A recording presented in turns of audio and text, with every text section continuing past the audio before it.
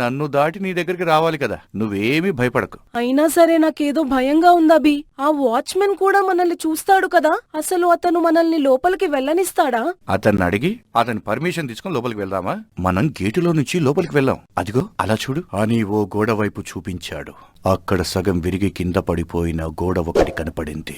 మనం ఆ గోడ దూకి లోపలికి వెళ్దాం. కాసేపు సరదాగా లోపల గడిపి అదే గోడ దూకి బయటికి వచ్చేస్తాం. మనం వెళ్లిన విషయం ఎవరికి తెలియదు, బయటికి వచ్చిన విషయం కూడా ఎవరికి తెలియదు. ఫస్ట్ నువ్వు భయపడకు, ధైర్యంగా ఉండు. పద వెళ్దాం. ఆ వాచ్మెన్ మనల్ని చూడకముందే ఇక్కడి నుంచి వెళ్లిపోవాలి, లేకపోతే వాడు గొడవ చేస్తాడు. గేటు దగ్గర కూర్చున్న వాచ్మెన్ తన ఫోన్లో ఏదో చూసుకుంటూ ఉన్నాడు. వీళ్ళని గమనించలేదు. అభివందన గోడ దూకి లోపలికి వెళ్లారు. ఆ హాస్పిటల్ చాలా పెద్దది. పెద్ద పెద్ద కారిడార్లు, పెద్ద పెద్ద గదులు. ఆ గదిలో హాస్పిటల్ కి సంబంధించిన ఎక్విప్మెంట్లు అన్నీ ఉన్నాయి. గాలి బాగా వీస్తూ ఉండడం వల్ల కిటికీ రెక్కలు కొట్టుకుంటూ ఉన్నాయి. కర్టెన్స్ ఊగుతూ ఉన్నాయి.